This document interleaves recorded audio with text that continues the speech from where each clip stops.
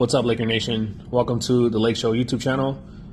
On today's installment, I'm going to be giving my takeaways from the Russell Westbrook 2022-23 Media Day presser, which happened yesterday at Media Day. I'm just going to give my perspective on a few points that were touched on. I'm probably going to go through about 5 of them or so. So if it's your first time to the channel, consider subscribing for Laker basketball content. Comment, like, share, and subscribe. Let's get into it. So Dan Wolk of the LA Times asked Russ if he believes he can be himself within the Darvin system on this team, and Russ responded by saying, he's been himself all this time. He wakes up himself, and that he'll do what's best for the team, and doing what he's asked of, letting the chips fall where they may.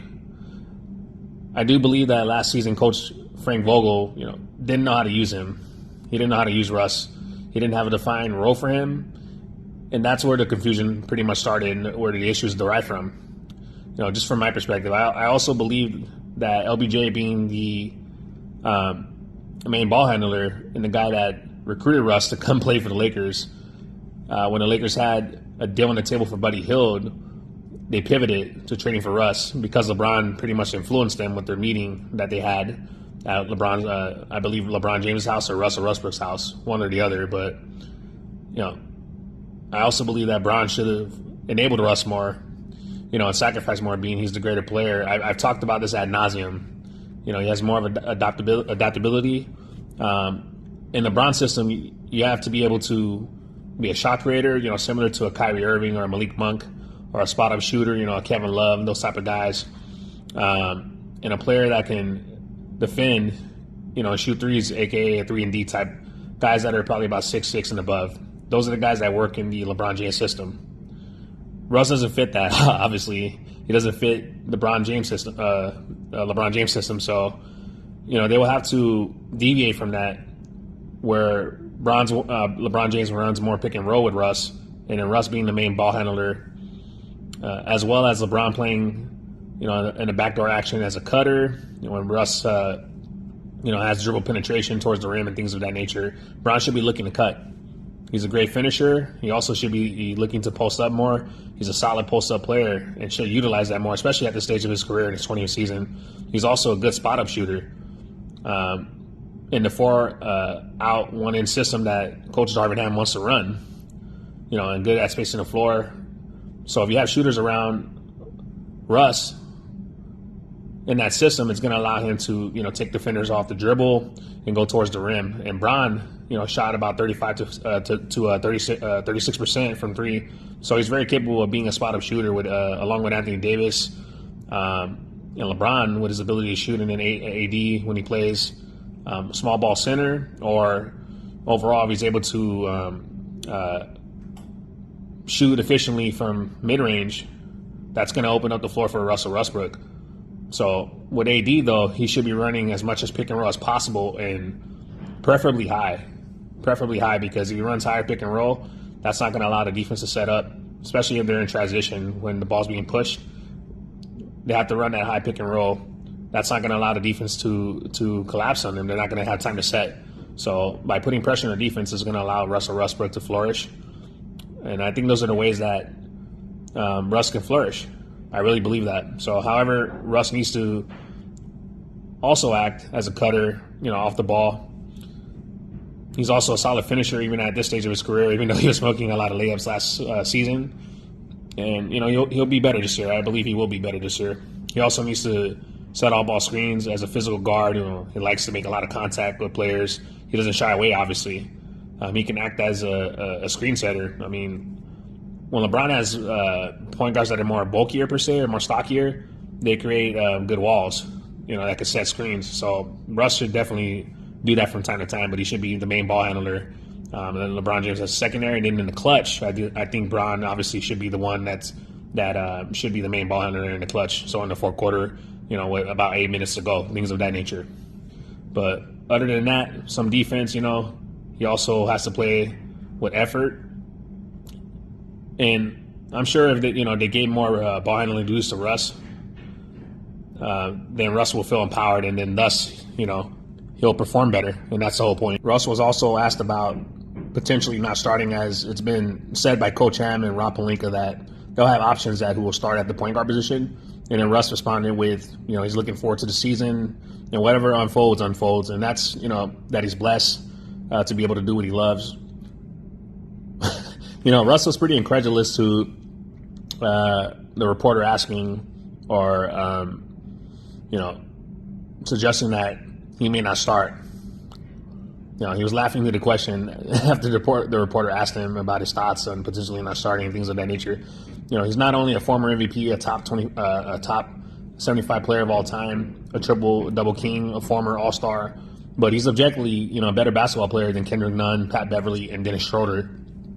Yes, fit-wise, Patrick Beverly and Kendrick Nunn, probably fit better with LeBron James in terms of their ability to space the floor and be shooters, catch shooters, off the dribble, things of that nature, and then also with their ability to defend. But if Russ is enabled properly and used properly, then he'll be able to thrive better, and he'll be more of an impact next to LeBron James and Anthony Davis. The last and final point I wanted to highlight from Russ's media day presser yesterday, I thought this was the most important one.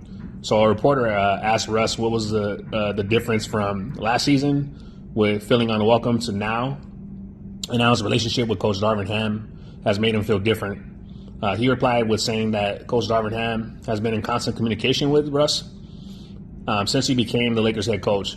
They were able to connect, meeting up for dinners and things like that, just getting to know one another. For Russ, he alluded to being able to talk to Coach Ham about things outside of basketball, and that meant a lot to him. And for Russ, that created a relationship for Russ that felt stable and legit. So Coach Ham, man, you can sense a genuine aspect to him. You can just tell how he talks. Just the presence that he commands, it feels genuine. Whereas Coach Vogel, it felt contrived. It felt out of place, like a company type of guy, that type of shtick, where you just pretending, you just saying shit just to say shit, and you don't mean it. And that's kind of what I sense from Coach Vogel. I don't sense that from Coach Ham, and I think that's probably along the lines of where Russ may feel. Who knows? But not only that, Coach Ham comes from a rough neighborhood in Saginaw, Michigan, where he talked about getting shot in the face, had his introductory press conference for the Lakers when he was hired as head coach. And with Russ, he's from LA, and in particular, he's from Long Beach, California, which, has his issues as well. So, and being a native from California, obviously in LA in particular, I definitely could talk about that, the roughness in terms of on the streets and police activity and things of that nature. So, just having someone who understands your struggle, upbringing, and who had that experience, that allows for a more substantive relationship. It's tangible, so it makes things a lot more easier to connect because Darvin Ham is from the same neck of the woods that Russ is from. So Coach Ham has been clear on how he wants to use Russ and what he expects him to do, whereas Coach Frank Vogel, according to Russ, has changed his sentiment to him on numerous occasions. The message has changed. So with message changing from then, it's going to create instability, and that'll in turn create a lack of trust. So this comes down to a trust factor between Coach Ham and Russ, and it's clear that Russ has more respect for Coach Ham and trusts him compared to Coach Vogel. So I do believe that Coach Ham will be able to bring out the best in Russ, and that Russ will be better this upcoming season. Another question. So Russ was asked about, or by the LA Times reporter Bill Plaschke, if the Lakers are all in on him because he's all in on them, and if the Lakers want him. Russ responded by saying that it doesn't matter to him if they want him or not. And his perspective is to show up to work, and be a professional. And he mentioned that every job has people, that they don't like or that they don't want them. And he made a reference towards the media, basically asking them, you guys work with people you don't like, and for companies you guys don't like, but, you guys keep doing your job, right? You're getting paid. So that's pretty much all that matters. And he went on about that. He finished with saying that his job is to support his family and do the best he can and be a professional. First off, I respect the response. I really do. And I understand it from the aspect of, you can't control for the things you can't control. Basically, you only can control what you can control through yourself, and what other people do or their desires or wants or thoughts of you, it is what it is. So Russell's response simply was, I believe in myself. I would choose myself and I would play out my contract if applicable. If not, so be it. It's a business, and that's how things go sometimes. This is a prideful man. Russ is a prideful man and a prideful athlete. You know, he's pretty much self-validated, man. He has a self-validated mentality. I myself share that perspective where, you know, I don't allow folks to put a value on me, and I'm not seeking their approval. You know, I don't try to fit in and things like that. I don't, you know, look for people to want me or whatever, or think I'm cool or whatever the fuck it is. It's irrelevant to me. So that's why I fuck with Russ in that aspect. But I just let things happen and go from there. And, you know, simpletons will take this as a bad thing in terms of Russ' response. But Russ has been in the trade rumors and has been scapegoated exclusively by a lot of fans, man, in the media, mostly bronzexual. So he's like, fuck it. If I'm here playing, cool. If I'm not here playing and I'm playing with another team, cool. You know, at the end of the day, for Russ, he just wants to know that he could hoop and he's getting paid to do what he loves. So as long as he's able to do that and support his family, everything is good for him. But it's clear that the Lakers, you know, want to move on from him. Obviously, he's been in trade rumors. They've attempted to try to trade him and find a fair deal or a deal that they deem fair, and they couldn't. You know, as teams were trying to fleece them in terms of Utah and Indy. So, and then you had Russ's former agent, Baf Fouché, coming out saying, you know, he informed Russ to stay with the Lakers and stick it out because if Russ was traded, he told him that he would be bought out by another team that traded for him. So it's clear that Russ didn't want to be there, you know, and I don't blame him.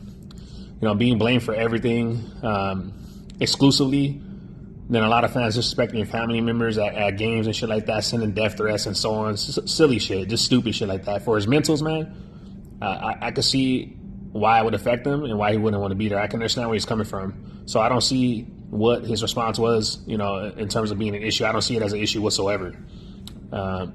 I do agree, though, with his former agent's sentiment that it's best for Russ to finish out his contract with the Lakers if, you know, they don't trade him. But I also do believe that whether the Lakers trade him or not, I think it's best for them in their best interest to keep him because teams, again, were trying to fleece him in terms of giving up their picks for an expiring contract and then taking on long-term contracts in addition to draft compensation. Like, it's just best. So if he plays better, the Lakers do better, then his trade value goes up. It's just simple. All right, Laker fam, this concludes my thoughts on the Russell Westbrook Media Day presser. Get up in the comment section. Let me know what you guys think. Comment, like, share, and subscribe. I'll catch you guys in the next one. Laker Nation, peace out.